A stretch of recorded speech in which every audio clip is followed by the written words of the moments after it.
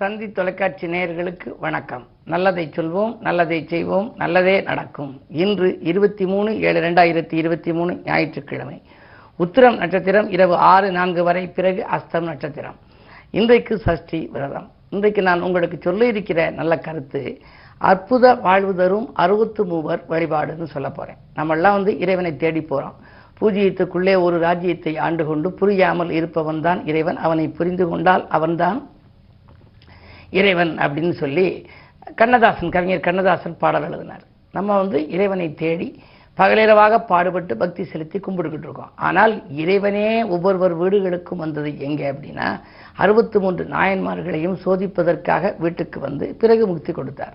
அவங்க வீடு தேடி இங்கே உணவெல்லாம் உண்டிருக்காரு அப்படின்னு சொல்லி அந்த புராணங்கள் சொல்லுது.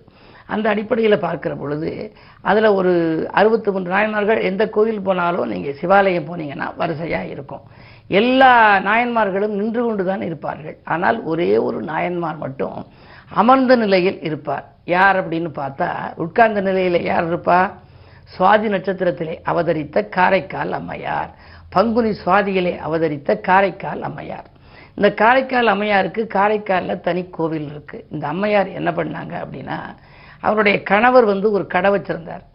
இவர் வீட்டில் இருந்து சிவனடியார்களுக்கெல்லாம் தொண்டு செஞ்சுக்கணும், வர்றவங்களுக்கெல்லாம் யாசகம் கேட்குறவங்களுக்கெல்லாம் சோறெல்லாம் போட்டுக்கணும். இந்த அம்மா நல்ல முறையாக இல்லறத்தை நல்லமாக நடத்துகிற போது, அவர் கடையில் ஒருத்தர் 2 மாம்பழம் கொடுத்துருக்கிறார். இந்த மாம்பழத்தை கொண்டுட்டு போய் நீ வீட்டில் கொடுத்துருன்னு கடையில் பணிபுரிகிற ஒரு பணியாளர்கிட்ட அவர் கொடுத்து விட்டார். இந்த அம்மா வாங்கி வீட்டில் வச்சிருச்சு.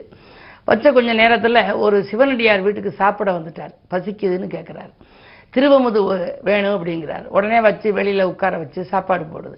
சாப்பாடு போடுற போது இந்த மாம்பழத்தை ஒன்று கொண்டு வச்சிருது. வச்ச உடனே அவர் சாப்பிட்றாரு. அது சிவனடியாராக வந்து சாப்பிட்டு போயிடுறாரா. அதுக்கு பிறகு கணவர் கொஞ்சம் நேரம் கழித்து வியாபாரமெல்லாம் பார்த்துட்டு மத்தியானம் ஒரு 2 மணி 2:30 மணிக்கு திரும்ப வர்றார்.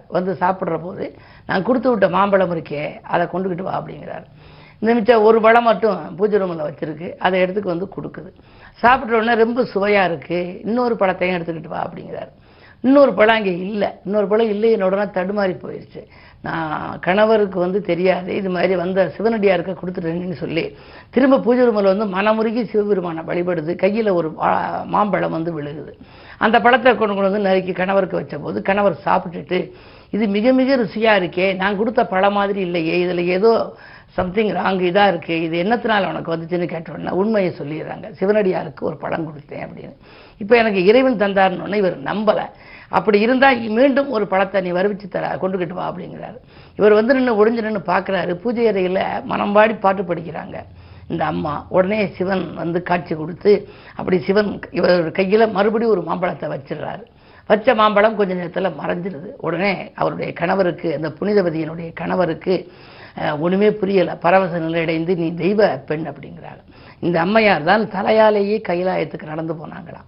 போகிற போது சிவபெருமான் சொன்னாராம், நம்மை பேணும் அம்மை கான் அப்படின்னு சொல்லி இந்த வந்திருக்கிறது யார் அப்படின்னா, நம்மை பேணுகின்ற அம்மா அப்படின்னு சொல்லி பார்வதிட்ட அறிமுகப்படுத்தி வைக்கிறாங்க. அப்படி அறிமுகப்படுத்துகிற போது இந்த அடியவராக இருக்கக்கூடிய காரைக்கால் அம்மையார் வணங்குறாரு. உனக்கு என்ன வர வேணும்னு கேட்குறாரு. பிறவாமை வேண்டும், பிறந்தால் உன்னை மறவாமை வேண்டும்ங்கிறாங்க. அப்படிப்பட்ட இந்த அம்மையாருடைய வாழ்க்கையில் திருவிளையாடல் நடந்தது மட்டுமல்ல, இந்த ஆலயத்துக்கு சென்றால் என்ன மாதிரியான பலன்கள் கிடைக்கும் என்பதை பற்றியெல்லாம் உங்களுக்கு தொடர்ந்து இந்த தந்தி தொலைக்காட்சியிலே சொல்வேன் என்று சொல்லி இன்றைய ராசி பலன்களை இப்பொழுது உங்களுக்கு வழங்கப் போகின்றேன். மேசராசி நேயர்களே, வள்ளல்களின் ஒத்துழைப்பு கிடைத்து வளர்ச்சி காணுகின்ற நாள் இந்த நாள். வங்கி சேமிப்பு உங்களுக்கு உயர்வதற்கான வழி பிறக்கும். புதிய தொழில் சம்பந்தமான ஒரு முயற்சிகளில் ஈடுபடுவீர்கள். அது உங்களுக்கு கைகூடலாம். குரு பார்வை உங்கள் ராசிக்கு வரவில்லை என்றாலும் கூட குருவினுடைய ஆதிக்கம் உங்கள் ராசியில் இருக்கின்றது. குரு பார்த்தாலும் சரி, குரு சேர்ந்து இருந்தாலும் சரி, நன்மை தரும் என்பார்கள். அந்த அடிப்படையில் உங்கள் ராசியிலேயே இப்போது குரு இருக்கின்றார். 9க்கு அதிபதி, 12க்கு அதிபதி. எனவே திட்டமிட்ட காரியங்கள் இந்த திட்டமிட்டபடியே நடைபெறும். அதிகார பதவியில் உள்ளவர்களின் ஆதரவோடு ஒரு நல்ல காரியம் ஒன்று இல்லத்தில் நடைபெறப் போகிறது. ரிஷபராசி நேயர்களே, உங்களுக்கெல்லாம் வசைபாடியவர்கள் வாழ்த்து பாடுகின்ற நாள். இன்று வளர்ச்சி எதிர்பார்த்தபடியே வந்து சேரும். வாகன யோகம் உண்டு. தடைப்பட்டு வந்த பணி உயர்வு பற்றிய தகவல் தானாகவே இன்று உங்களுக்கு வரலாம். என்ன இருந்தாலும் இன்று உங்கள் ராசிநாதன் சுக்கிரன் வக்ரம் பெற்றிருப்பதால் ஆரோக்கிய தொல்லை மட்டும் உண்டு. அந்த ஆரோக்கிய தொல்லைகள் சிறிதாக இருக்கின்ற பொழுதே நல்ல மருத்துவ ஆலோசனைகளை நீங்கள் பெறுவது நல்லது. அதிலும் குறிப்பாக இன்று விடுமுறை நாள் என்பதனாலே புகழ்பெற்ற ஆலயங்களுக்கு செல்வது பற்றி யோசிப்பீர்கள். சென்று வழிபட்டு வருவதன் மூலம் நல்ல பலன்களை அடையலாம். மிதுனராசி நேயர்களே, உங்களுக்கெல்லாம் மாற்று இனத்தவரால் மகிழ்ச்சி கூடுகின்ற நாள். கூட்டு முயற்சிகளில் வெற்றி கிடைக்கும். மனவாழ்வில் இருந்த பிரச்சனைகள் அகலும். சமூக சேவையில் ஈடுபடுகின்ற சந்தர்ப்பங்களும் உண்டு. தொழில் நுட்பத்துவ ரகசியங்களை அறிந்து கொண்டு புதிதாக தொழில் தொடங்கலாமா என்று கூட நீங்கள் சிந்திப்பீர்கள். உங்களுடைய சிந்தனைகள் வெற்றி பெற இன்று வழிபிறக்கப் போகிறது. கடகராசினியர்களே, உங்களுக்கெல்லாம் அஷ்டமத்திலே சனி, ராசியிலேயே தனாதிபதி சூரியன். பணவரவு திருப்திகரமாக இருந்தாலும் சனியின் ஆதிக்கம் இருப்பதால் விரயங்கள் வந்து கொண்டே இருக்கும். வாங்கிய பணம் உடனே செலவாகிவிட்டதே, சேமிக்க இயலவில்லையே என்றெல்லாம் கவலைப்படுவீர்கள். எனவே நீங்கள் இன்று கொஞ்சம் கவனமாக இருக்க வேண்டும். திட்டமிட்டு செயல்பட வேண்டும். அதே நேரத்தில் உங்களுக்கு அருகில் இருப்பவர்களையும் கொஞ்சம் அனுசரித்துக் கொள்ள வேண்டும். கோபத்தை குறைத்துக் கொண்டு செயல்படுவதன் மூலமே நல்ல வாய்ப்புகளை இன்று வரவழைத்துக் கொள்ள இயலும். சிம்மராசி நேயர்களே, உங்களுக்கு கண்டகச்சனியின் ஆதிக்கம் ஒரு புறம், செவ்வாய் சனி பார்வை மற்றொரு புறம். புதன் சுக்கிரன் உங்கள் ராசியில் இருப்பதால் புத சுக்கிர யோகம் என்ற ஒரு யோகம் உண்டு. எனவே துணிந்து செயல்படக்கூடிய நாள். துட்ட காரியங்கள் வெற்றி பெறுவதற்கு அறிகுறிகள் தென்படும். தொல்லை தந்தவர்கள் எல்லையை விட்டு விலகிச் செல்லலாம். என்ன இருந்தாலும் புதனும் சுக்கிரனும் இணைந்திருக்கின்ற பொழுது பொருளாதார நிலை திருப்திகரமாக இருக்கும். மிதமிஞ்சிய பொருளாதாரம் உங்களுக்கு வரும். பணி ஓய்வு பெற்றவர்களுக்கு கூட இன்று புதிதாக பணிபுரிய நல்ல இடத்திலிருந்து அழைப்புகள் வரலாம். இந்த நாள் நல்ல நாள். கன்னிராசினியர்களே, உங்களுக்கு சந்திரபலம் நன்றாக இருக்கிறது. சிந்தித்த காரியங்கள் சிறப்பாக நிறைவேறும். ஆர்வம் காட்டாத செயலில் கூட உங்களுக்கு ஆதாயங்கள் கிடைக்கலாம். அல்லல்கள் குறைந்து ஆனந்தம் பெருக புதிய யுக்திகளை கையாடுவீர்கள். 2இல் கேது இருப்பதால் ஆன்மீக நாட்டம் அதிகரிக்கும். உத்தியோகத்திலிருந்து விலகி சுயமாக சொந்த தொழில் செய்யலாமா, அதற்கு கூட்டாக நண்பர்கள் வருவார்களா என்றெல்லாம் சிந்திப்பீர்கள். உங்களுடைய எண்ணங்களுக்கு விடைகூறும் விதத்தில் இந்த நாள் அமையப் போகிறது. துலாம் ராசி நேயர்களே, லட்சிய பாதையை நோக்கி அடியெடுத்து வைக்கின்ற நாள். இரவு பகலாக பாடுபட்டதற்கேற்ற பலன் கிடைக்கும்.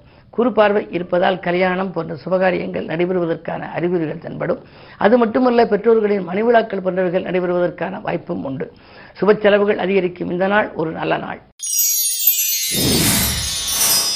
விருச்சிக ராசி நேயர்களே, உங்களுக்கெல்லாம் சந்திக்கும் நண்பர்களால் சந்தோஷம் கிடைக்கின்ற நாள்.